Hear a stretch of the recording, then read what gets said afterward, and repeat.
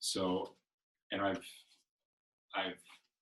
so I had firsthand experience with that. I worked on actually I worked on a number of campaigns. That was the longest one, but another one was a friend of mine, Liz Jaff, who is very involved in, she's involved with the Women's March and very progressive leader, I think a young progressive leader. She ran for vice chair of the Democratic Party in, I guess it was August. It was a while ago. It was when they reelected, and she got defeated, but she put up a really great campaign. She brought in like Alicia Garza and Winnie Wong and all these movement leaders to the Democratic Party and said, look, we want to fix the Democratic Party. Like, we need to bring these people in. But anyway, I helped on her campaign to do that. At the end of the day, she was up putting a really good fight against a very strong opponent, which was the entrenched Democratic Party and the big money that they have. But she put up a great fight, and I helped with that campaign too. So I have some campaign experience. All right, cool. Yeah. All right, this next question, you have 2 to 3 minutes. So if you can tell us about this campaign that you're running now and what your strategy is. Yeah. If you want to get into the nitty-gritties of, your win number, who's on your team, Yeah. what are the roles. Yeah. Flesh it out for us. Sure. Win number. I have been going at it thinking that it's going to be like 1,400 to 1,500 voters turn out in my ward. Karina is projecting a little more than that. So, my win number is somewhere around 800 to 900. I'm shooting for 800 is kind of like the number I have in my head. We have it broken down by neighborhood. We're gonna really try to treat each neighborhood like its own little pocket and really hit it, combine it with, mailings and Facebook ads and stuff. So that's all in the works. First people that have been helping out were my partner is big help. Her mom's even helping. And then we have, she's sort of like managing the campaign loosely right now. And then, I can just name folks in the ward who've been picking up roles in terms of like delivering yard signs and stuff. I have a lot, because I run my publishing company, I have some time before knocking on doors at night to work on stuff. So I'm pretty, because I know how to do the data and stuff, I get really into it. So I've been doing a lot of that myself, just because I'm really, in terms of like running the numbers, I enjoy doing that a little bit. So we just have that, and we have volunteers in the ward who are in the next week or two. Hopefully I'm knocking on doors right now, but we'll get them knocking on doors and stuff. So that's the campaign at the moment. All right. Yeah. So got like a whole minute and a half. Okay. Do you want to just want to speak that for later? Was there another part of the question? It was number. Who's on your team? What are their roles? Or in your and if you have any sort of, I feel like, you've covered it. Yeah. You've covered all the aspects of the question. Okay. So, Yeah. We can bank it then. No. So I guess beyond that, overall, where do you look and who do you look to for policy? It's a good question, because I've been learning how important other people are. Like, sometimes I used to think that you could just read a bunch of books and but you really need people who know it, who know these things. And one of the things in my campaign is I do think we need to be drawing more on the expertise of people in the community, and that includes not only people who are whose doors you knock on and you hear what they have to say, but also people I really look to the Pine Street Coalition and the way these are people who, and I just was meeting with Tony Reddington today, who's he lives in Burlington. He spent 25 years at the agency of 25 years total working at transportation agencies between Vermont and New Hampshire.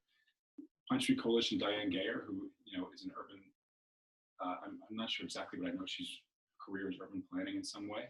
Charles Simpson, who wrote a book on urban planning.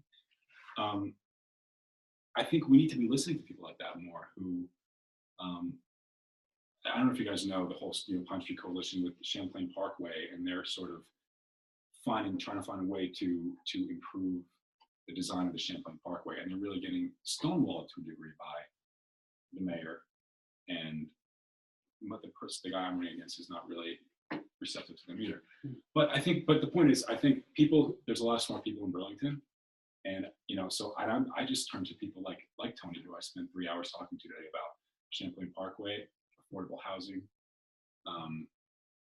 I think there's a lot of smart people you just talk to and have lunch with, and they'll tell you. I met with Charles Tabot, who's been involved in stuff in Burlington for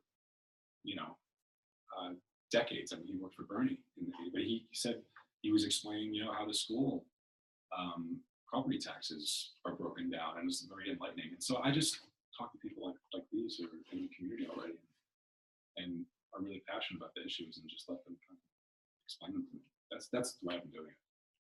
Cool, thank you. Yeah. So the next question comes from me, and it kind of jumps right. You kind of jumped into it already, which is great. What is your vision for increasing participation and governance in your ward? How will you implement this, and how will you interact with those who aren't in support of the platform, and those who have more economic and social power? Mm-hmm. It's a lot to take in. If you want me to break that down, I can. Yeah. So the first part is participation and governance. Yeah. What is your plan? What is your vision for increased participation and governance? Well, I don't, the first thing that comes to mind is I think about the NPAs, and obviously, I mean, I'm sure that's where everyone goes with this, but I also, that's the first place, but specifically, I think about the Ward 2 and 3 NPA, which I don't know, you guys, that's your ward, you're in Ward 1. But Ward 2 and 3 NPA, is such a great NPA. And a lot of these guys are in wards 2 and 3 as well. So okay, yeah. And And it's such a great NPA, but Ward 5 NPA is not like that. And I think part of it is maybe an issue of the venue. Part of it is an issue of maybe there's something to talk about combining wards 5 and 6 NPAs, which there may be a history of this going on. I don't really know. So I wouldn't propose it to the NPAs without first talking to them more about it. But that seems to me like an idea because if you have more people coming to them regularly, it's easier to do the dinners like Ward 2 and 3 does, and which I think is so great. And then I think that would draw more people out to just being involved in the thing. So I think that's like a first thing for me in terms of participation. The second part of that, talk about how you would implement it. How will you interact with those who are not in support of people's platform and those who have more economic and social power? Well, this happened to me last night or 2 nights ago. I was knocking on doors, and I knocked on someone's door, and they asked me okay, I said I'm running for city council, and they asked me what I'm about, and I said, well, I want to help people who are in poverty. I want to help them. I want to do more to help the 57% of renters who are cost burdened and really struggling. And she said, well, how do we do that? I said, well, first thing we can talk about is how can we raise wages in Burlington? And the first thing she said, and she was like, well, and she owns a well-known little cafe in Burlington. She said, I can't, if you raise the minimum wage, I'll go out of business. So, I mean, that's something, that's just one issue. I mean, and the point is they live in a very wealthy, Ward 5 is a pretty wealthy, as you guys probably know, and they live in a very wealthy part of Ward 5. Which is fine. I mean, that's what it is. So I guess it's going to be, that's something I'll have to navigate. But I mean, I think my approach is I'm a pretty understanding person, and I want to bring people. I do want to figure out a way to make the ideal. I'd really like to figure out a way to make her say, okay, we can do it. Let's do it. I think that's the way. That's hard. We're talking about cutting taxes by $1.2 million. You guys saw the business property tax. If I was on the council, I'd like to talk about a way to, can we tie that? Can we maybe go even farther, because that doesn't help.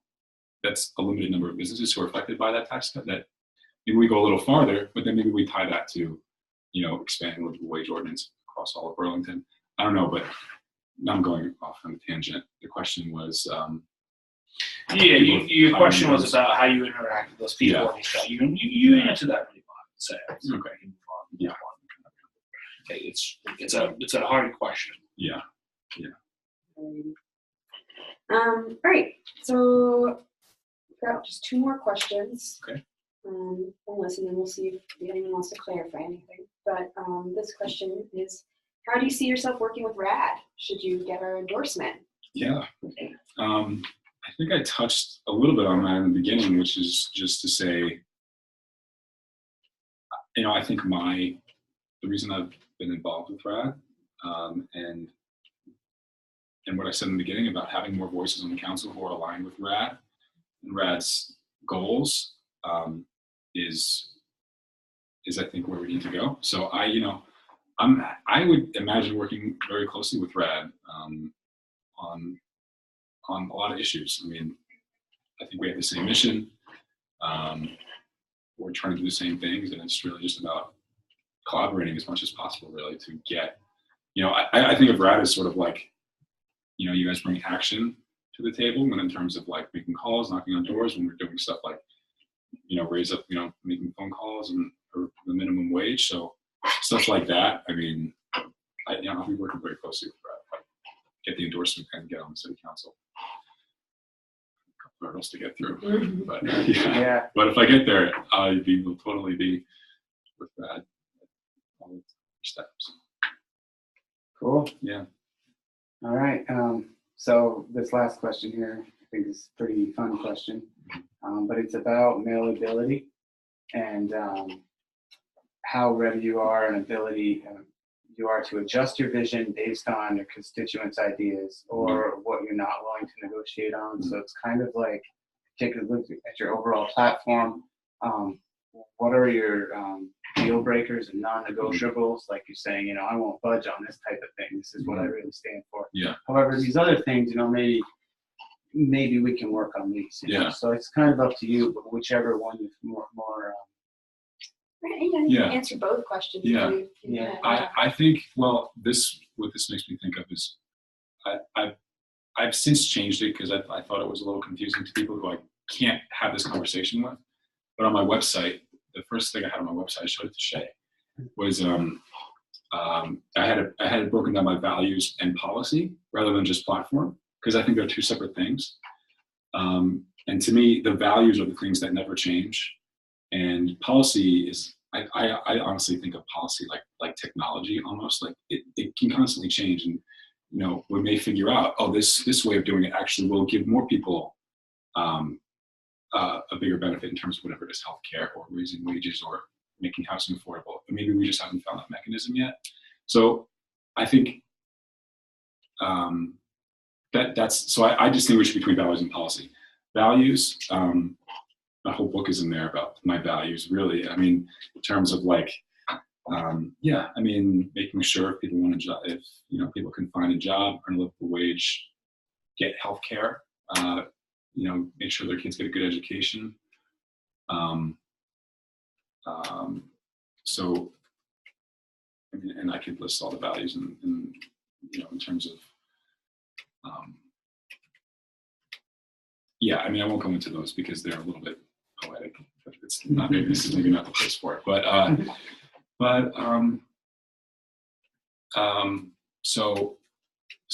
So yeah, that's how I think about things. And I'm driven by those the values of like I said, making sure everyone can earn a livable wage, making sure every kid. I could talk about the achievement gap, which I don't know if it doesn't get enough play in Burlington. I feel like people will talk about it enough, but it's stark, and I'm sure you guys know it's stark, and that ties into the education, making sure every kid gets a good education.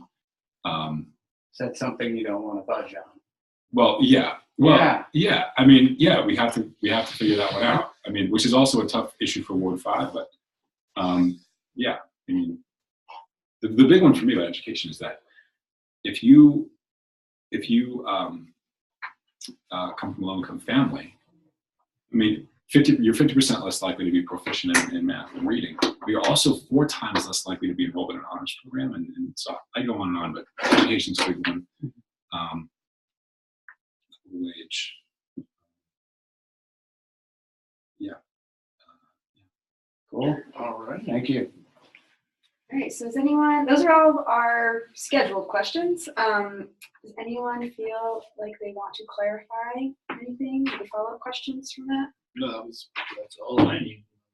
I Grant? just came up with a question a little bit earlier that I thought was pretty important to ask. Okay. And it is, what funding sources would you look to first when trying to raise money for initiatives in Burlington? And I guess I just have some ideas such as taxes or donors or federal subsidies or. Well, the first thing I want to say is it seems like federal funding is somewhat out of our control unless you're talking about grants and stuff like that, right? So then I would say donors is not reliable. I mean, it's not steady. So then I would say taxes, if you want to have a lasting program, you'd probably have to turn to taxes or some sort of cut in the budget. That's my first response to that. Okay. I'm signed on to I'm supporting the luxury tax thing. So, I mean, That's a funding source for sure. Yeah. Okay. The ballot initiative. The ballot initiative. Yeah, cool. So, yeah. Thank you. I know it's a tricky one. And Yeah. Probably no politician would ever want to answer that question. Yeah. Well, yeah. I mean, it's, yeah. I think All right. that's what it would have to be. All right. Cool. Thank you. And you stayed under time, so congratulations. Okay. Do you have any questions of us before we go to No, I don't think so. Actually, I just heard from our technical assistants that the first question did not make it onto the recording. So Oh, Jesse, okay. if you wouldn't Okay. mind Oh. giving us the background again into why you are running for Yes, City Council in sure. Ward 5. Sure. Well, what I was saying is since coming to Burlington, I've ramped up my involvement in the community here. I started volunteering at CBOEO. I then got involved with the Progressive Party, and then got involved with RAD. And all the while I was seeing what was happening with, a lot of issues going on. The biggest one for me was Burlington Telecom. I care a lot about digital rights and digital justice. And it seemed like we made a big mistake with that. And so when I heard that, it seemed, I had heard that there was no one challenging counselor in my ward. And as it turned out, there was somebody who had the same idea. And when we got there, I didn't even know who he was until after I gave my speech at the caucus. But I got there thinking there was no one else running. And so, yeah, so basically I just decided to run because I didn't think anyone else was running. And because I had been seeing what was going on and care a lot about these issues, and I wanted to be on the council and be a voice for the kinds of things RAD is fighting for. So, yeah. Cool. Thanks for answering that question, Jesse. Okay. Yeah, so we'll be in touch. Cool. Thanks All very right, much. guys. Yeah. Thank you very much. Have a great rest of your night. You too. Have fun with the rest of the interviews. Oh, yeah. All right, great. All right, so we are now here with Charles Simpson, running for City Council in Ward 6. And we've already introduced ourselves to everyone, but just to wanted to take this moment here just to go over the process with you, just so you know what happens from here on out. And then if you have any questions about our process, great to get those out of the way before we jump into the interview. But tonight, obviously, we're here to interview you, seeking the endorsement of rights and democracy for your run for City Council. We've got about 8 questions that we're hoping we can keep to about 15 minutes. We've got a couple more people to interview tonight. From here, we'll also be doing another round of interviews on Monday. And then next Tuesday, we'll actually send out all the questionnaires and videos of interviews to all of our eligible members, to vote in Burlington. People can also be watching live now. And we're going to give them a couple of days to actually vote on who they want RAD to endorse. And then the Movement Politics team, will meet to kind of just verify results once voting has closed and see if we have to debate if there's any like really close calls, what needs to be figured out. And then we'll be announcing endorsements on January 30th. Okay. So just about a week and a half is going to be the get us through that whole process. So do you have any questions about that? I don't, but I will look forward to the endorsement. And, if it were done a little bit earlier, we could have added to some of our literature. Perhaps we can do that. Yeah, maybe we can get a stamp or something. Of course. Or a sticker. Should it go over? Right. Yeah. Don't want to presume. yeah, one step at a time. Great. Well, thank you. I mean, this is our first time really going through such a membership-driven process, so we appreciate everyone's flexibility in terms of we're still figuring out the timing on these things too. If feedback's always appreciated. So, all right, I'm going to kick things off with the first question, and Dustin is going to be timing just to try and keep us on track, so he may need to interject if the answers go long. This first question, we have budgeted about 2 minutes. So just wondering, Charles, if you can give us some background into why are you running for city council? Well, I became active in Burlington issues perhaps 10 years ago. And we began with our concern about open space. And we were very worried that the Burlington College campus was simply going to go for development. There'd be no more open space. And we got a lot of folks together. We had quite a pushback, but we were kind of outmaneuvered by the city on that, and the city ended up with a proposal with a project that exists. Then it was sort of one thing after another. It was the limited access Champlain Parkway that we thought was a terrible idea because it was going to preempt economic development space in our enterprise zone. And of course, as part of that Plan BTV South End, they wanted to put housing into the area that was both an enterprise zone and where artists and culture producers were having their studios and their work areas. So they would simply be priced out of the picture. I did a lot of work in Manhattan and wrote a book on the Soho process, so I know how gentrification works. You just price out the culture producers, the folks who can't match the rents of brokers and professionals, so they disappear.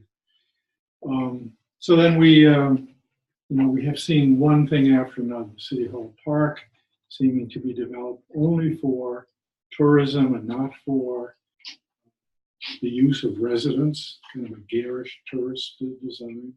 And of course, the Burlington Town Center, the use of huge amounts of money to subsidize what a developer needs to do for his own project, but doesn't want to pay for it. $21.8 million public money going to that private developer. So one thing after another. So I felt as if what I really need to do is to get onto the council. See what I can do from inside. It's time on that one. All right. Thank you very much. The next question is about your previous skills and experience and what you have that would bring as a strong city council. Well, for 34 years, I've taught sociology, including urban sociology at State University of New York in Plattsburgh, across the lake. And so I've been very involved in how to conceive of a city that's livable, not simply a city that's a money-making machine for a few property investors.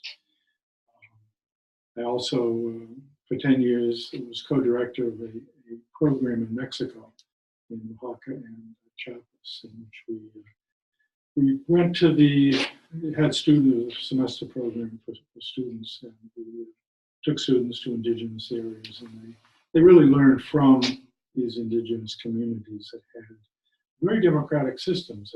They owned the land in common. They had made their decisions through assemblies. Their land was not a merchandisable entity that they could buy and sell. It was allotted to the community. They had what was called a tekio, which is mandatory work obligations in the community to get things done. So this idea of radical grassroots democracy is very impressive to me. So I'd certainly like to bring some of that. I've worked with the NPAs for the last 3 or 4 years as on their steering committee, NPA 6, and so that's about the closest we have in terms of really grassroots democracy in the city. It goes back to Bernie Sanders, but we need to strengthen that. All right. The next question is just a quick hit little. What is your campaign experience? Give me about a minute of what your campaign experience is. Failure. In a word, I ran for the South District against an incumbent, a long-time incumbent, and did not do well. Got 1 vote for every 2 she got. So, but I have learned from that, and so now this is a smaller ward to run in. It's a little bit easier to knock on every door.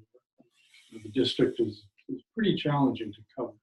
So I have pretty much the same campaign team, a few additional people. So I think I've learned from the past. And, but that's the only time I've run for public office. Great, you kind of started answering the next question. So I'm just going to ask you if you can just flesh out, tell us more about your campaign strategy, who's on your team, what are your tactics for getting out and talking to voters? Just flesh that all out. Well, I've been a little bit sidetracked because I've been really pushing on getting the F-35 ballot item approved. And we just got that approved this week. We're going to have a press conference tomorrow, and we're going to take that to the city council a week from Monday, actually. So I've been, we had to we got ultimately 2,800 signatures, but we basically we reached our validity threshold. So I haven't done as much as I should have on the campaign. But we do have a wonderful team. We have a data cruncher. We have somebody who is managing the team, Andy Simon, who worked with me last time, and he is, I think, keeping me on track in terms of we have the maps now for the streets. We're going to have the pretty good merged data from the Progressive Party, from other sources, and so my strategy really is to knock on every door, to listen to people, to work the front porch forum system as much as I can, and to have the buttons and bows. I have a button and bow right here. Thank you. Well, thanks. The next question is overall kind of big picture. Where do you look and who do you look to for planning for your policy making, policy creation? I think I've really got to listen to my voters, and they have some concerns that are citywide. They have some concerns that are ward-wide, and so it's kind of a balance. Sometimes they're just not aware of some of the citywide issues, but I think that would be the first thing. And so that really means that when I knock on doors, I have to ask some questions. I have to be willing to not get into a speech, but rather to listen to them. And there's a great deal of other experience that's in the community. People going back to Bernie Sanders days. We did set up a group called Coalition for Livable City. A lot of those folks, or at least a certain generation of that folks, go back to the Bernie Sanders period. And there's some people in the Progressive Party that have a lot of experience, and some young people that have a lot of enthusiasm. And of course, Rights and Democracy has a great deal of experience. So I would certainly want to touch base as often as I could with those groups. Cool, thank you. All right. So this next question, I'm going to break it down a little bit because it's a little wordy and you've already covered a little bit of it. The first part is, what is your vision for increasing participation on governance in your ward? You've talked about that, how you want to listen to your voters. So how you will implement this, and you've talked about that a little bit. So the question I'm going to really ask here is, how do you interact with those who are not in support of the People's Platform and those who have more economic and social power? Well,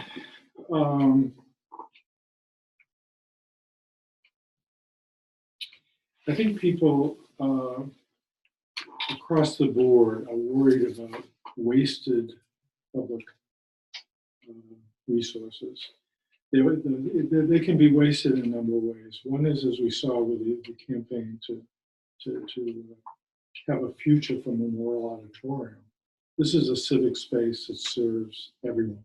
This is a cultural space that serves everyone. And yet this city let it go to rack and ruin, closed it a year ago, making it quite difficult for performance artists, for Winter Farmers Market, all sorts of things. So that's a citywide resource.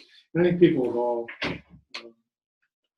economic classes can participate and understand that. My ward is well off, but there's almost two parts to the ward. There's a well-off component, which is on the upper end of the hill, and a component as we go down the hill, which is very much renters and multifamily homes. They're often transient, they come and go very quickly. It's going to be hard to get those folks to be registered, but that's something that I'm going to focus in on.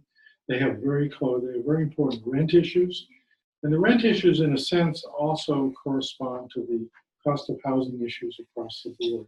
Once when we raise city money, or when we give up city resources, in the case of Memorial Auditorium, we're essentially going to turn it over to a private entity, the University of Vermont, to put up a hockey rink. When you do that, you take things off the board, which are public resources. Or when you put, say, $800,000 into a private marina on public land down at the waterfront, you're taking things off. You're making it more difficult for people who pay taxes and ultimately people who pay rents. So I think there's a lot of correspondence. And I think the people in my ward are also motivated by humanitarian interests. I think that it will be appealing to them to talk about the 200 homes that have been demolished around the airport in order to expand the area for the noise impact zone around that. And it's also, I think, that they will understand that this is essentially a corrupt urban renewal move, because what's going to happen is just as the urban renewal that took place in the center of the city, this is a way to use federal money to buy up small properties, to consolidate these small properties, and then to turn them over to developers, to rezone it and turn it over to developers. That's the game. And I think people can understand that this really is not fair. All right, we're out of time for that. All right. So you touched on this a little bit, but if you could just elaborate in 2 minutes or less, how do you want to work with RAD? Should you be endorsed and make it to the city council? Well, just tonight I borrowed your sound system for a public event. We're going to have a press conference tomorrow about the getting the ballot item 35. So I expect to be working certainly with RAD. I would love to have some volunteers for my campaign. I would certainly want to confer on a regular basis to see what other candidates are doing and how you see the commonalities. I think one way to address housing is your campaign, which goes back to an early campaign, which is the Fight for 15. And we've absolutely got to do this. The idea that the city council patted itself on the back last year and said, we're going to pass the buck to the state. Let's let the state raise, knowing that the state was not going to raise the minimum wage to $15 an hour. That is so hypocritical. So we've got to do this within the city. I know R&D wants to do this. I certainly want to do this. I think that's the only way to begin to close that gap between the cost of housing and what people are able to make. My daughter, for example, works at the YMCA. She's paid $10 an hour. $10 an hour. She was given a 40-cent raise after about 3 years, and then the state raised the minimum wage to $10.50, so she got 10 cents an hour. But even $10.50, she lives with us because there's no way she can afford that. And the nonprofits do this, I think, is really morally questionable. They could be bottom feeders on the wage system. So the only way to fight that is to raise the minimum wage. Thank you. Our last scheduled question is about malleability, and how ready are you to adjust your vision based on your constituents' ideas, and what are you not willing to negotiate on? What would be like deal breakers for you? So there's a lot of different parts to a campaign. Some of them are things that you would never, ever back down on, and then other things maybe you can. And if you could elaborate and let us know maybe what those are, the difference. Yeah, well, what I see is that there's a neoliberal agenda that's been going on. The mayor has pushed it during his 2 terms, and the city council has pretty much gone along with it. And basically, it's to use the real estate in the city to consolidate capital. And this goes against the interests of people who live here, people who pay rents, people who want to have an adequate school system. So I would, I think livability is the ultimate standard. And this means taking care of people. It means having public facilities that are adequate, that are dignified, that are comprehensive to the needs that people present. I don't have an answer to everything. I certainly, when you out collecting signatures, which I've been doing for a long time, you find that half of the occupants of the library are homeless, that are spending the day there. That people in bus stops are homeless, they're spending the day there. I don't have an answer to all that, but I certainly know that we have to address those issues, that it's going to have to come through a whole variety of things, changing our IZ formula, raising our minimum wage, getting more Section 8s, which is probably a state issue, not so much a city issue, and targeting the most vulnerable people, and certainly not just turning property over from, using what amounts to a slum clearance model to turn property over to big developers, which is what we've been doing. And we've seen that in the center of the city now. Of course, we have Macy's that's gone out of business. That'll be another expensive housing development. Thank you. All right, that is our time. Yeah. Do you have anything you want to ask us?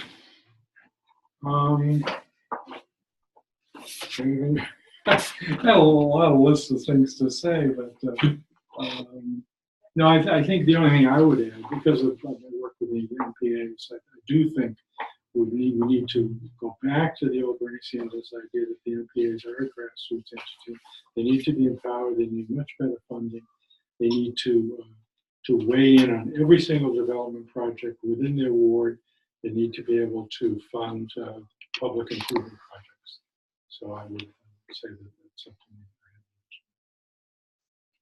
All right, I have. great. Thank you, Charles. Jump on your way. All right, Mike.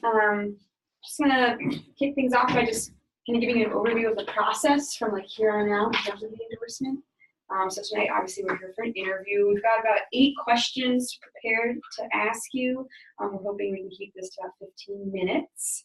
And Dustin will be timing. Doing my best to keep time. Yeah. So if at every point it does, questions, answers go long, he may interject.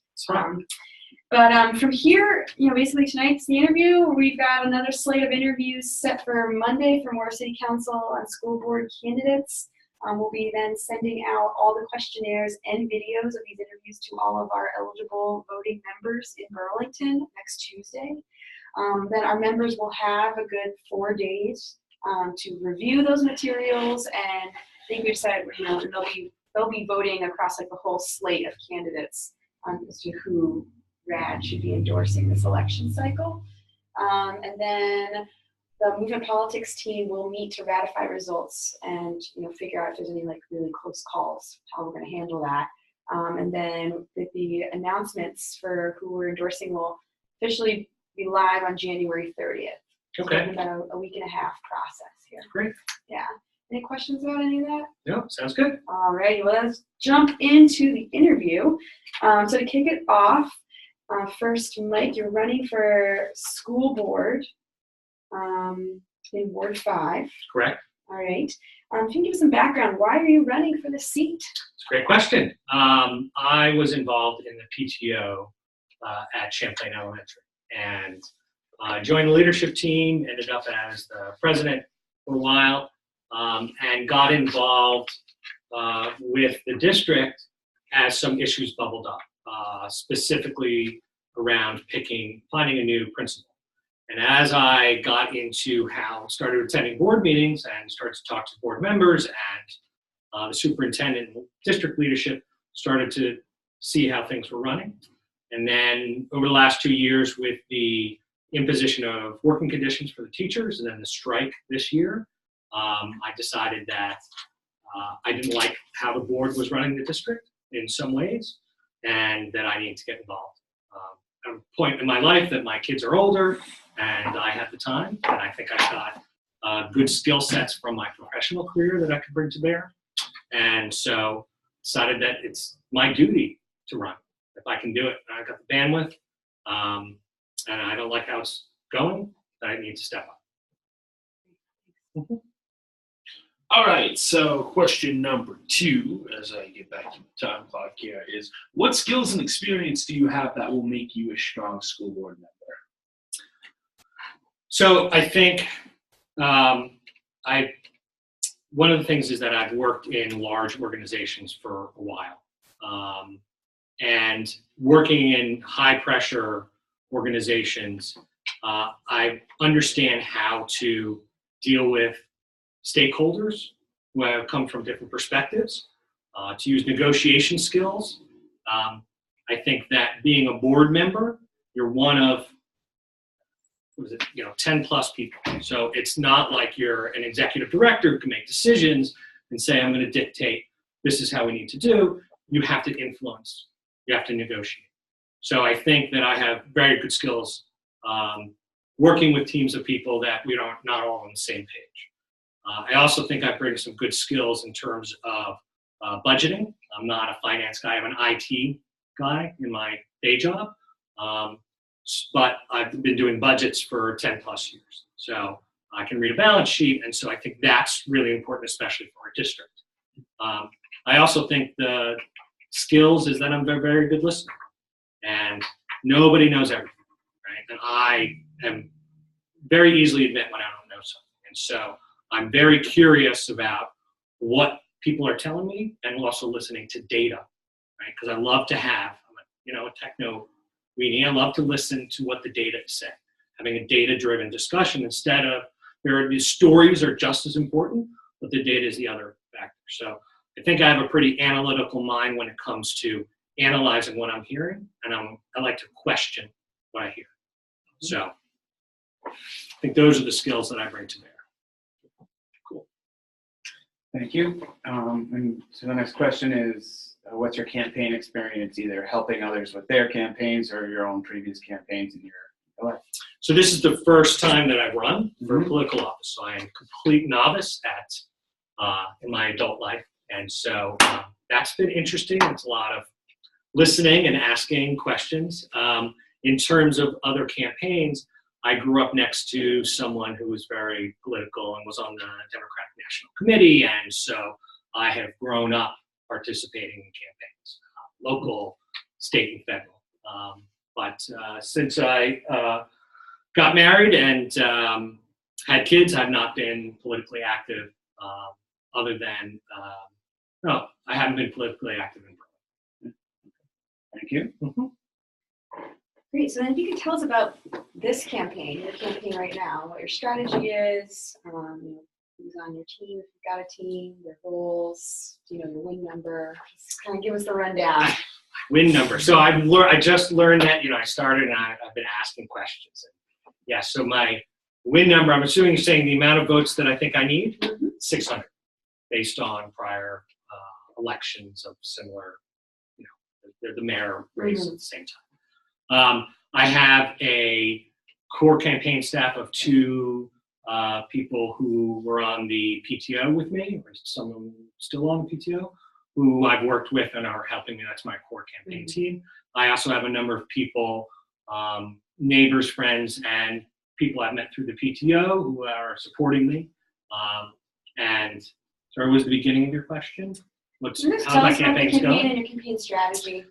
Yeah. So my campaign strategy is to get my name out. One of the things that I heard that resonated with me was I kept asking people, how do people make a decision when they go in? And people who are experienced or just my neighbors, how do you choose the name? And what resonated with me is someone said it's 7 impressions. Someone gets 7 impressions of your name in a positive way. Well, that's often all they need when they're looking at those names. They go, oh, yeah, I heard Mike Fisher, saw that sign, and I saw someone post on Front Porch Forum, or my friend said they're voting for him. So for me, it's about name recognition in a positive way. So I've been doing a lot of meet and greets. So I asked friends and people I met through the PTO, hey, post some people, invite people who don't know me, right? I know a bunch of parents from the PTO, but invite your neighbors, invite people who don't have kids, come and meet me. So for me, it's about name recognition in a positive way and trying to get my message out through different channels, right? Facebook and Front Porch Forum and canvassing, right? So there are some people who are not on social media and not, so that's my strategy.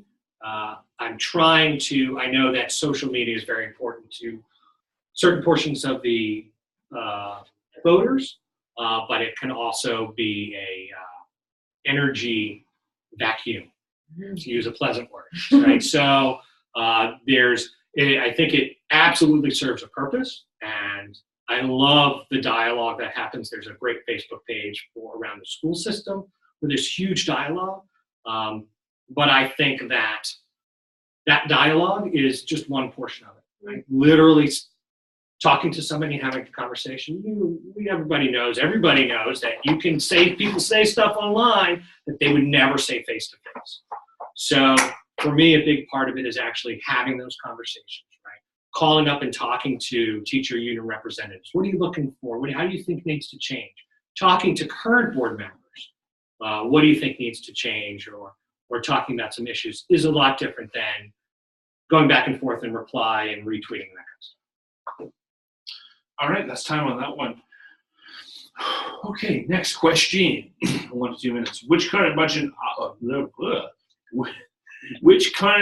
option would you support as a school board member? It's a great question. And I'll preface it by saying, I think that the district and the city, if the budget is rejected, would be a really bad thing for the city and the district. And I looked at what is happening at South Burlington. And they went through something similar.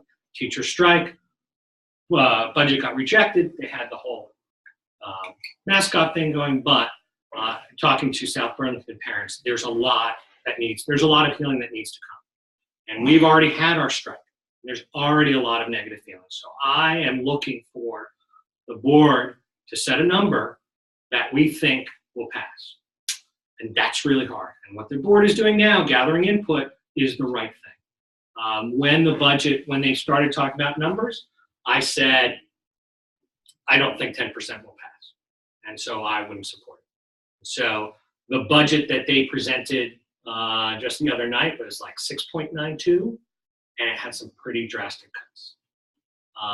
I think that a 7% budget will pass, and so I will support it, because there are people who will never vote for 7, and there are people who 7 is not enough. In this aspect, I think I'm pretty practical.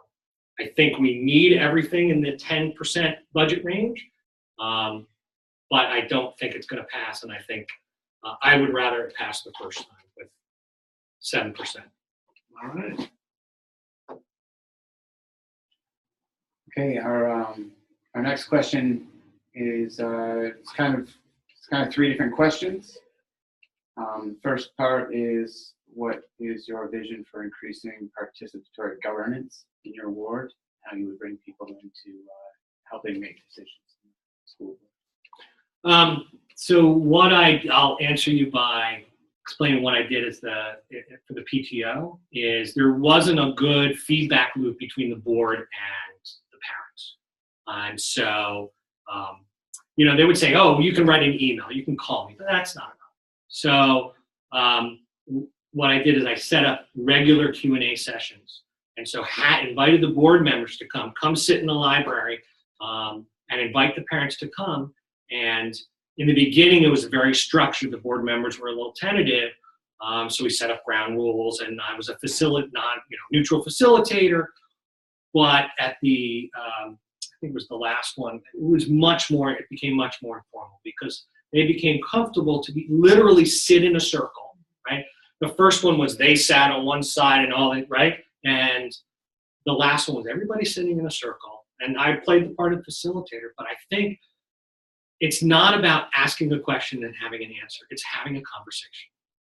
Oh, yeah. And it's the board members not just getting a question, but the board members really listening to what parents are saying and community members. So for me, getting the feedback, like they're doing a online form for the budget, I think that's really great, because it allows everybody to give their input, and then you can see what everybody else is saying, right? It shouldn't just be me, taxpayer, to the board. That's not enough, right? You need to see what's going on, and you can't all get to the same room. But I think both aspects are important. Sitting together face to face and really collecting information in a public shareable. Okay. And there's just another little part of this question. How will you interact with those who have more or less economic and social power, or don't support the People's Platform? Have you seen our Burlington People's Platform? Absolutely. Great. I've done my research. So yes, the people that don't support that, and how you kind of cross the aisle. I'm going to start the beginning part of your question. When the PTO made a concerted effort to engage, so I think that parents who have the ability to engage, right, they do engage. There are other parents, if you're working 2 jobs, you don't speak English, right, or you're not comfortable in a school environment, you don't engage. And so we made a concerted effort to engage families, new American families, English language learner families. And it was very difficult, I'll be honest with you. We tried to leverage the multilingual liaisons in the schools, and we were marginally successful. So the beginning of your question is, I don't know what works. And so what I would do is, and what we did is ask, who knows how do you contact? We try to work with the King Street Center or Howard Center and try and find people who can engage with families who are not on that Save Our Burlington Schools Facebook, who are not getting the emails from the PTO, are not reading the paper or the Front Porch Forum. In terms of how to engage people who don't agree with certain platforms, whether it's you know. Just going to chime in and say 30 Yeah. seconds here. I think that having public forums, I think that, hey, I'm going to be at Feldman's on a Saturday. I heard from a fellow board member, they were there every Saturday. That's the key, to make yourself available, put yourself so that someone could say, I'm going to walk in. It's not a phone call. There's low barrier to entry. I think having a sponsoring organization is helpful for bringing in the voters and community members who are aligned with that, but you also have to have events and Q&As at a neutral site, shall we say. Thank you. All right.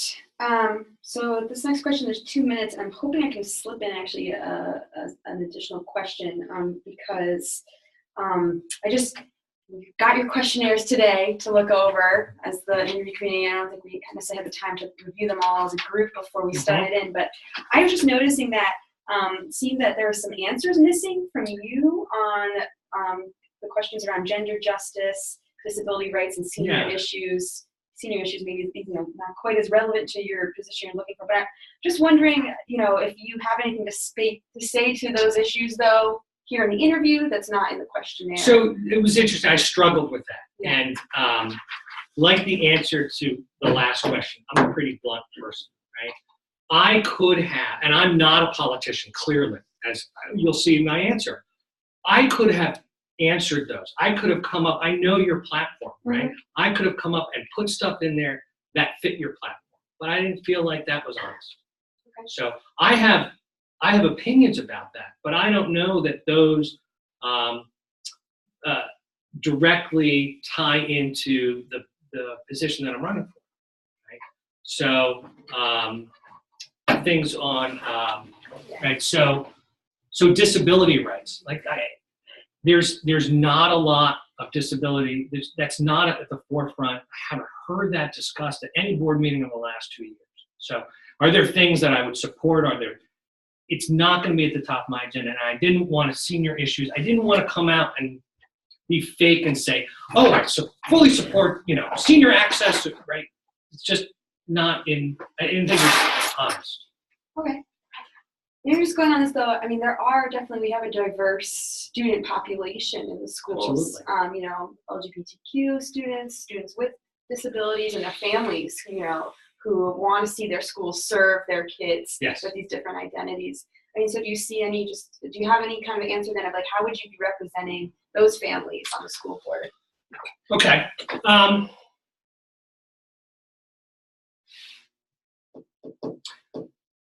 I think that I would represent them like I should represent all the families, right? So I'm going to be representing a huge variety of families, right?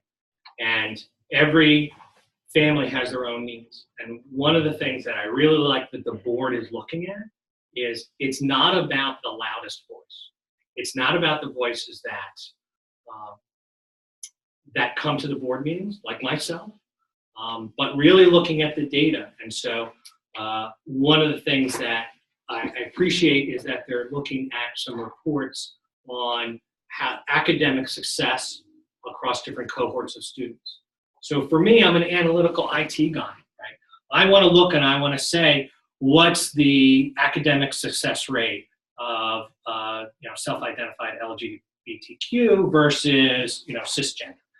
Looking at different economic levels and how they compare. So for me, it's really looking at the data and supporting. I'm a big supporter. I moved to Burlington because I enjoy the political atmosphere, because I know that it's supportive. So I am supportive of the agendas, but I don't have any specific platforms around how to board the school board itself.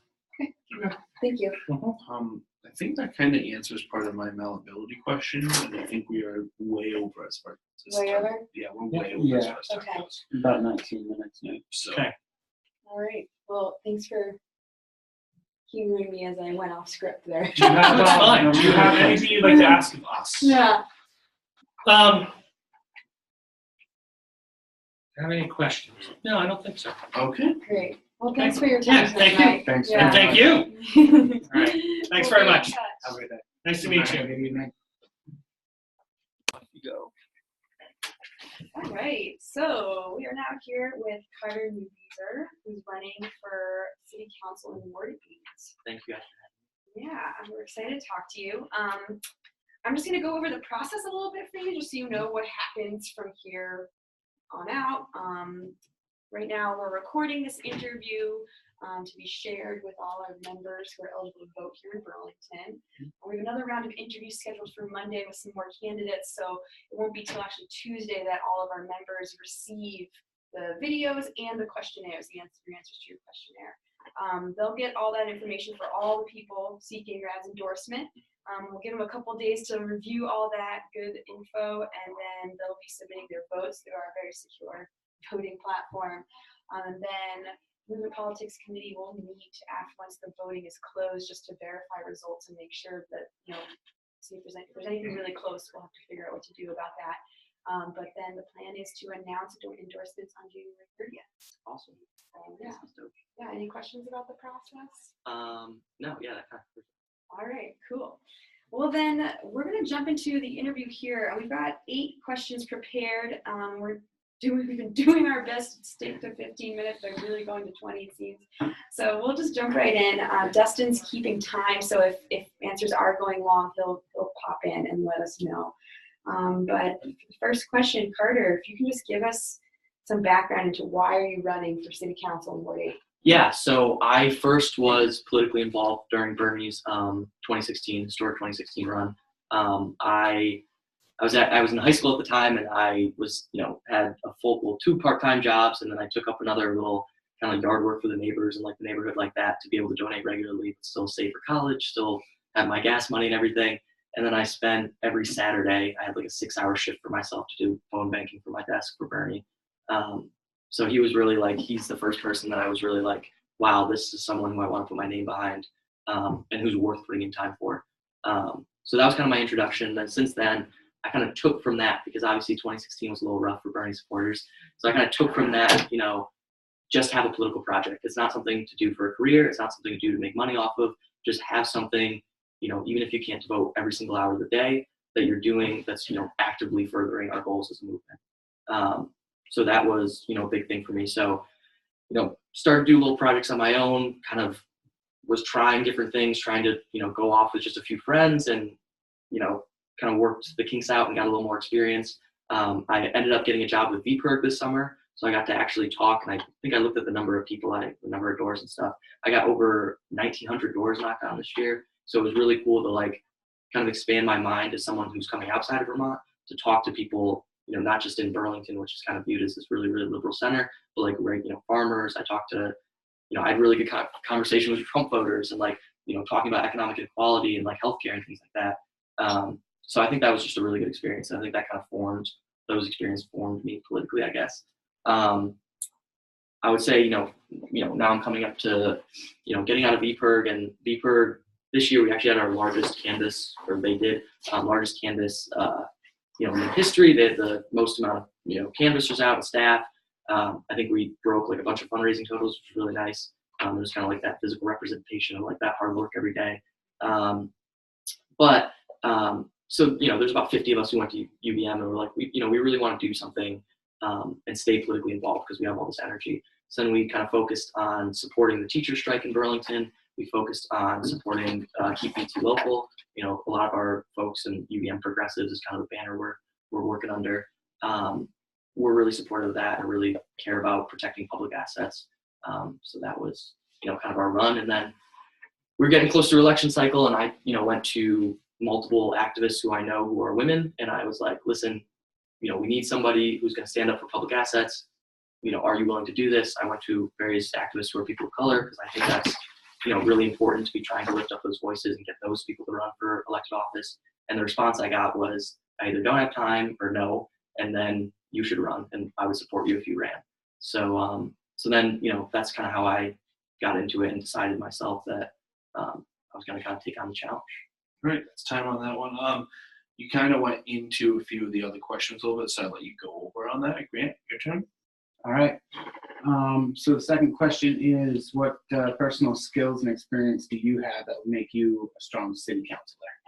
Yeah, so city councilor, I think, a large problem when it comes to Ward 8 was created a few years ago, and the grassroots activist who was on campus, who was a student at the time, who was really pushing, he was an undergrad, was really pushing for it to be, a student seat, and try to get some student input onto the city council.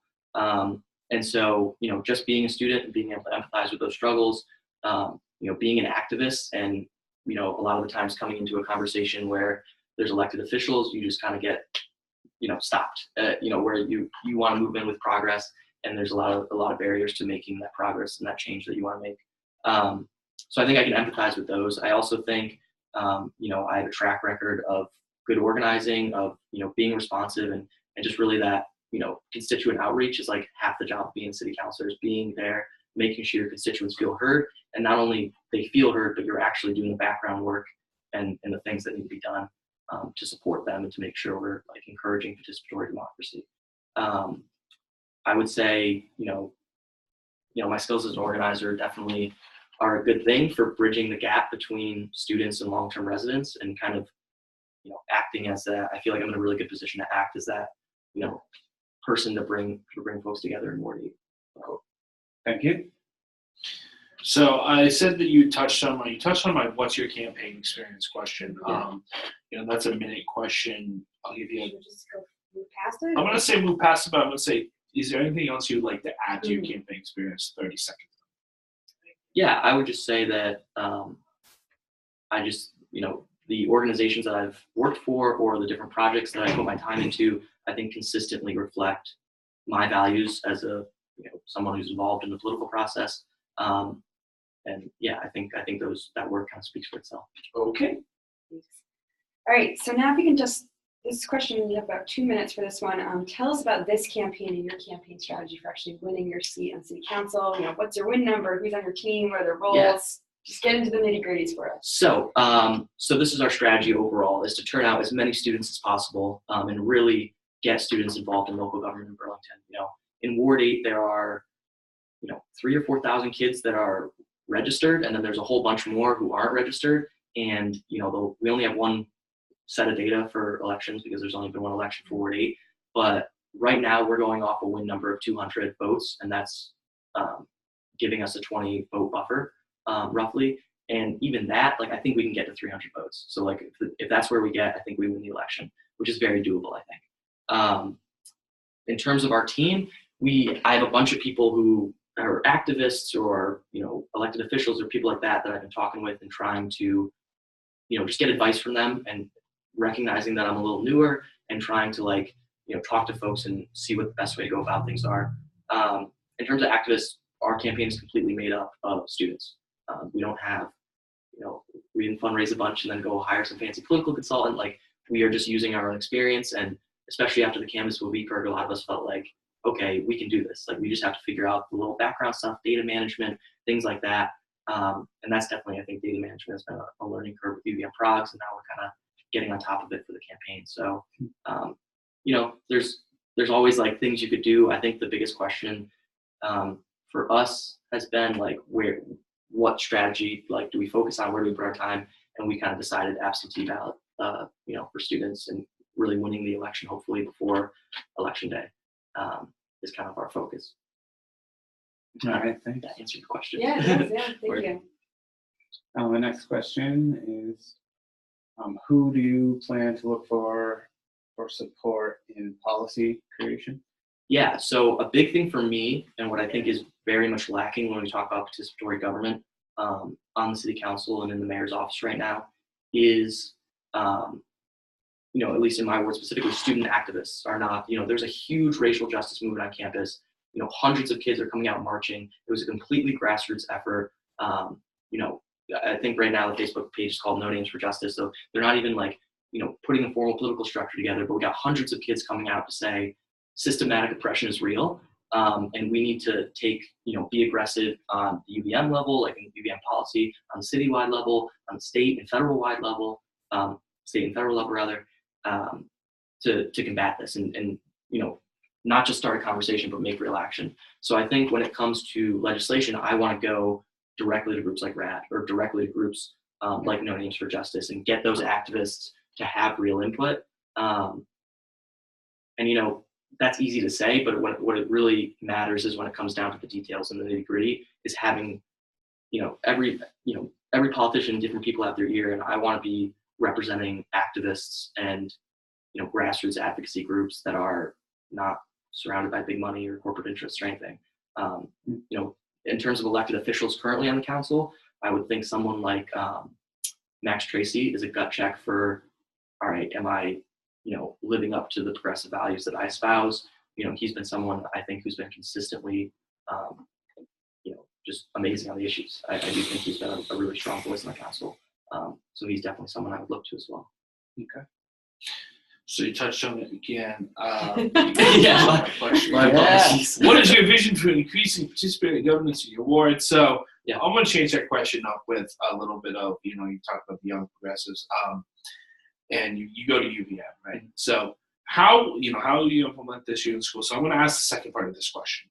How will you interact with those who are not in support of the People's Platform and those who have more economic and social power? You got 3 minutes for that. Yeah, so I think it's important.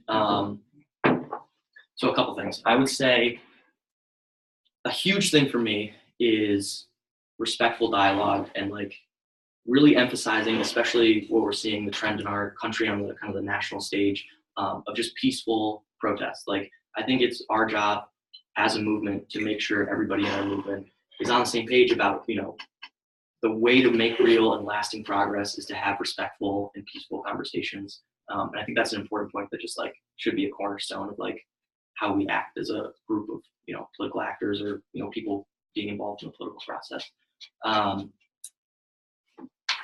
think, yeah, I've had very, very productive conversations. I come from a family of, John Kasich Republicans and a few Trump Republicans. And we actually get to points, we always rant over Christmas dinner or something or whatever, because I'm the liberal of the family. But liberal's not even the right word, progressive. But yeah, so I think there's a lot of issues. And when you talk about folks who maybe don't identify as left wing or don't identify as Democrat, when you talk about income inequality, when you talk about access to affordable healthcare, when you talk about access to affordable college, these are all things that small business owners like my parents will go, they'll disagree with us on taxes or they'll disagree with us on general economic theory and stuff, or when we're having heady conversations. But they're yeah, the cost of college is outrageous. The cost of healthcare is outrageous right now. So I think those are issues where, you kind of bring the conversation, because I think a much larger swath of folks can kind of get behind that and really feel good about getting behind that, and you can make a decent amount of difference. I don't know if that completely answered it. Yeah, that does a good job of what I wanted there. Does anybody want to follow up on that question? All right, next one.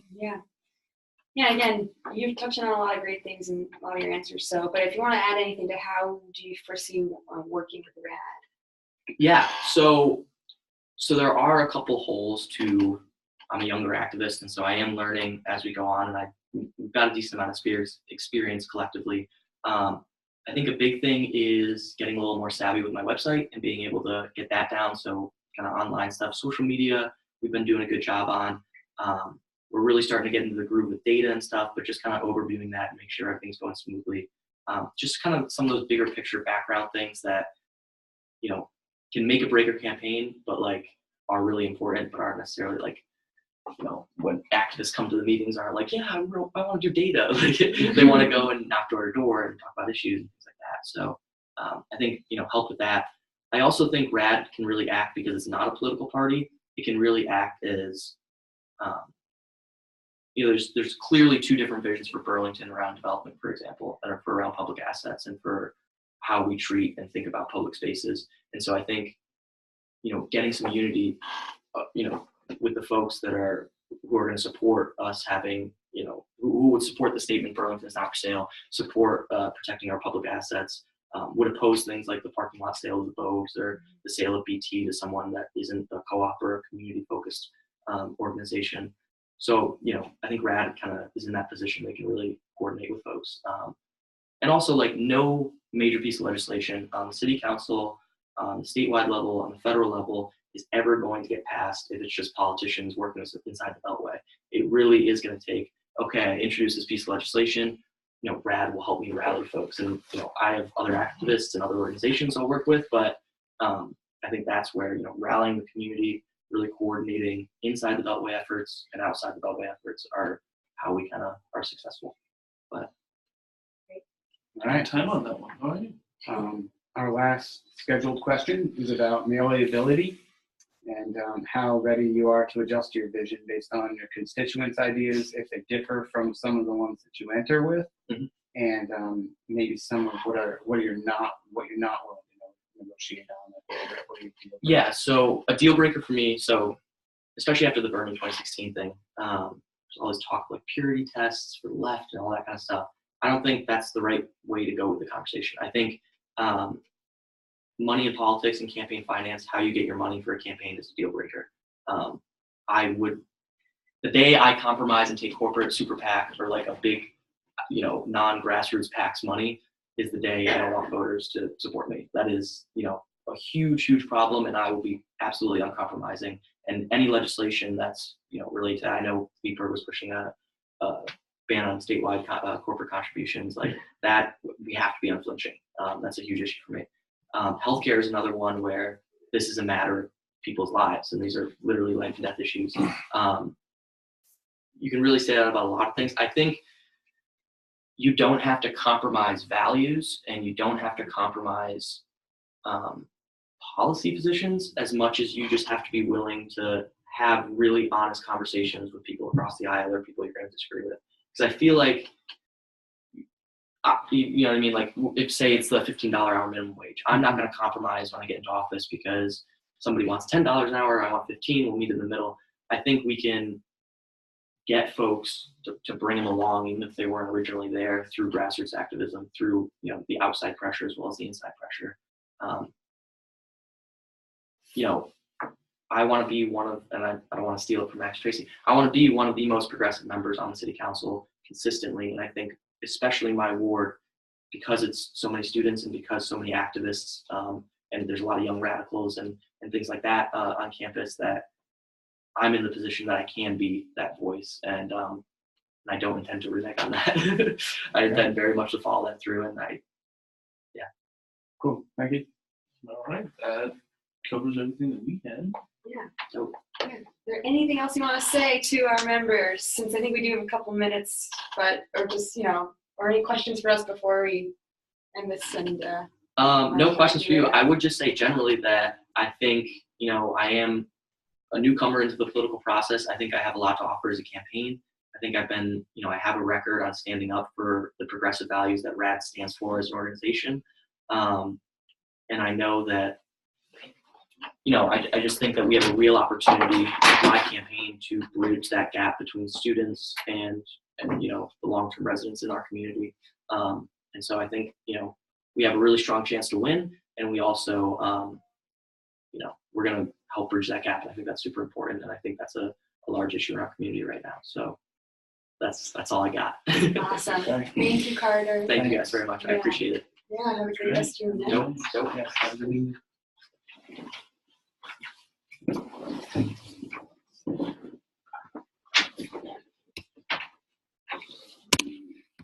Great. All right. Well, Ali Dieng, thank you for joining us. Mm-hmm. You're running for election City Council Ward 7. Mm-hmm. Exciting. So I'm just going to go over the process really quickly. It's a different endorsement process than you went through the first time. So I want to update you on what we've been doing. So tonight we've got an interview. We've got about 8 questions prepared that we hopefully can keep to about 15 minutes. Mm-hmm. Dustin is loosely timing these questions, so if answers go really long, he'll let us know. Mm-hmm. It is, the interview's being recorded, and people, if there's it is also a live video if anyone's watching, but this will be recorded and sent out to all of the voting eligible members in Burlington. There are about over 200 eligible voting members for RAD in Burlington. we'll be sending out the videos and questionnaires all next Tuesday once we've completed all the interviews of all the candidates seeking our endorsement.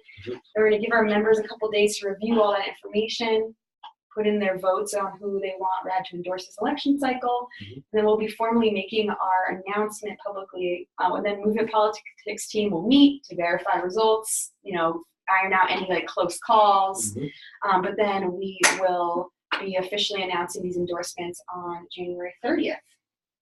So 12 days time. Any questions about that process at all? Not about the process, but if any other candidate in my ward seek the I don't think so. Oh, no, we just have a Ward 7 school board candidate seeking endorsement. So no, so far you are seeking this endorsement unopposed in Ward 7 for City Council. But yeah, this video will also be up on YouTube, so if you like it, you can always use it as future campaign material. All right, so I'll kick off the questions. You just want to give us some little background of why are you running for re-election in this seat? Yeah, I mean, I haven't been at the council for very long, only 6 months. And anything that I campaigned on, I did not get a chance to see them through. I mean, and what I campaigned on basically is to bring people together, which I've been doing so well in my ward. I organize a dumpling Wisconsin Dieng. I have also a community conversation that took place. And all of that being incredible. Well attended, people show up, and so that's one. And I campaign on bringing services to the New North End, which I am working on currently, and it's moving very fast. I have 2 committees. One is looking into bringing library, let's say PCA, Burlington Art Center, and a couple of other agencies in the New North End because we lack that. And I campaigned on bringing, a new ambulance, which also we are working on. So there are a couple of work on the process that I would like to see move forward. And we need also in Burlington diverse representation, people from different socioeconomic backgrounds, cultural, because we are now of an integral society. And I am giving voice to the most vulnerable people like me who are not from here and who are calling to see home. So me being there, I think is a wonderful thing. And politically, this is only the start of the game. I will go far because I see that I can make the difference in what I do. Thank you. Fantastic. So our second question is, what skills and experience do you have that will make you a strong city councilor? And I guess that I would add for you, now that you've been a city councilor for a little while, what are you noticing are your strongest skills? Definitely. I mean, I think the strongest for me is I am not scared of telling the truth to anybody, to power, and which I was born and raised differently, but I don't know when it changed. But now anybody in front of me, I can tell you what I think. One example is at the Martin Luther King Day event.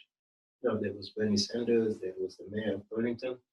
But what people like me were struggling about the mural that's in downtown, I was able to articulate it very well, what the community wanted, what the community would like to see. So that's one of my skills. I am also very able to, I'm a likable person. People like me. So if they want me as a representative, I would like to do that for them, And I also, I'm very good at building relationships, with people. Now, at the council level, it is something that I'm still working on because it's different. The processes are very different. The rules, Robert's rules, and I feel like now I understand how things work. Now, for the first time, it won't be the first time, it will be the second time that I will be introducing a resolution at the council, which I was working on and I didn't. So, and just to know that I know how things work, I think it's easy to implement all my ideas and also all my hopes and dreams in seeing them into fruition before I move up to the next level after that. Thank you, thank you. So my question, I'm going to change up my question a little bit because, we know a little bit about your campaign experience. So the question originally was, what's your campaign experience? I'm just going to add on to that. What are you going to do with your campaign this time that you may have not done last time? So I know there are a couple of changes in terms. One of them is weather. It's a weather. And I am already asking people who campaign during the weather, because me, I want to take everything grassroots level. I just don't want to be on a computer, Facebook, emails and Twitter, which I use and I use very well, but I want to keep on talking to my constituents. And also last time it was a four-way race. 4 people wanted the same seat. This time so far it's only me, but that will not stop me from knocking on every single door strategically, and also talk to the people that I represent. I mean, this would be an opportunity for me to ask them. So you elected me at the council. Now I'm running for city council. Nobody's running against me. But what would you like me to change? How would you like me to communicate with you? Because people are different, and I want to understand that more.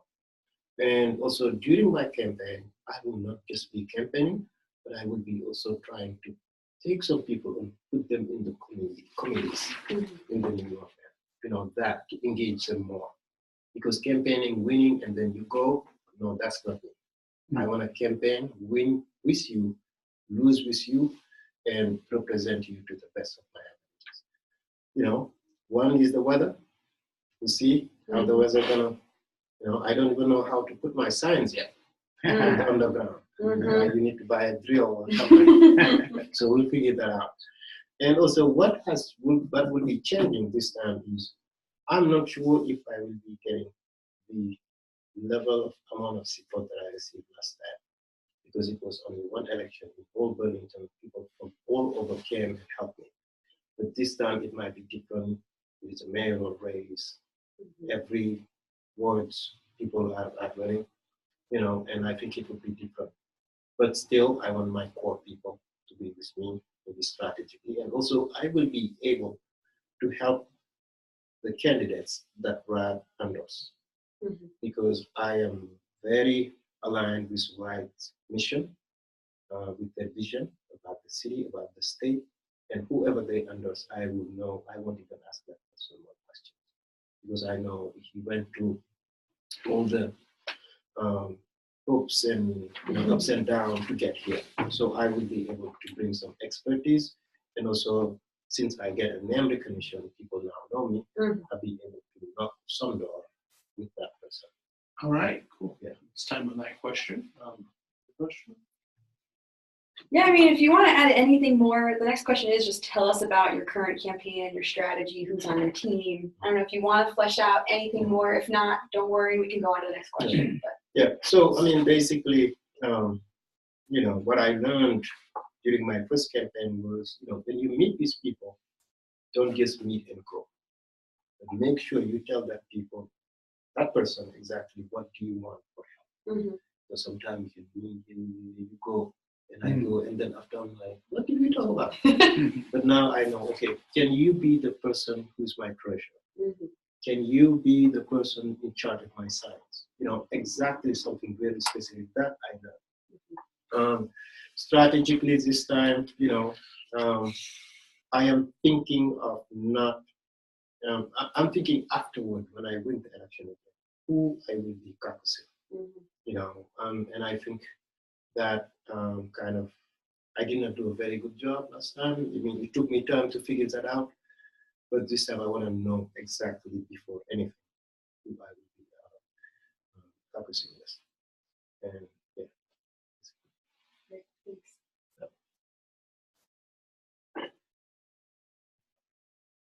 Okay, so next question is who you look to and where do you look for policy creation?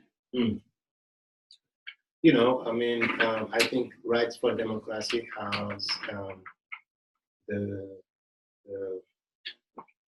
is a backbone of everything that I do. I mean, from understanding how to run politics, it's from Rights for Democracy. And I think I will always come to them. And I am also lucky because most of the right members are my close friends. It's not only about work, but we hang out and all of that. So I will use also their expertise and their knowledge in terms of policy ideas, or also just to look at my resolutions or my, and get some of their feedbacks. I think that's the first thing. And sometimes also it's just to compare also in terms of, budget, like the city, in terms of the population, and to try to compare, what other city is closer to Burlington in terms of population and how they do things there. I'm also part of the movement of New American Elected Leaders. So we have over 20 people that were elected nationally. Those also, that's an organization that I can look into in terms of things around policies around equity, inclusion, and diversity, etc. And made a lot of connections with former city councils, former state legislators, former senators that I know who are my friends, and also those are people that I can count on in terms of policy. But Right for Democracy is the main one because it's my people and I created it. Cool. So once again, you've covered my question a little bit. So you talked about how you were increasing participation in your ward by having your dumpling things. So that's the first part. What is your vision for increasing participation governance in your ward? Do you have that vision? How will you implement this? Dumplings. It's a great strategy. So my question is, I'm going to ask the second part of this question. How will you continue to interact with those who are not in support of the People's Platform and those who have more economic and social power? And so far, I believe that I made some, I burned some bridge because with the family, that's very well known in my world. The way that they wanted to vote or some talk, I didn't do it. And I see that, he's kind of bringing some type of, won't support you again. But I don't think it's right to just not under someone or not help someone because of the way he voted in one particular issue. I think it's wrong. We need to look into the integrity of that human being, and I think making connection with finding a base, knowing who are my base, who are my people. I think that's something that I want to work on. So it doesn't matter what, doesn't matter who, how politically savvy you are, how rich you are.